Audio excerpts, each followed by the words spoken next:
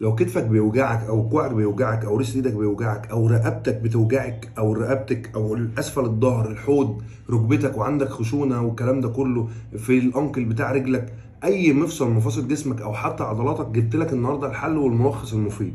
احنا مش هنبقى محتاجين غير حاجتين، حاجه اسمها مغنيسيوم بلس، هناخد حبايه بعد العشاء، وحبايه اكتو زنك، هناخد حبايه من دي وحبايه من دي. ده مهم جدا جدا بعد العشاء، صدقني من اول يوم هتحس براحه كبيره.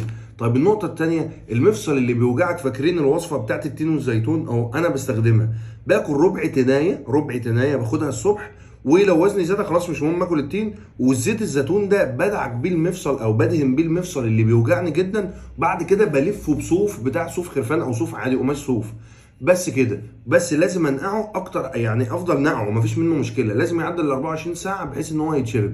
اتمنى الشفاء لحضراتكم، والف مليون سلام عليكم.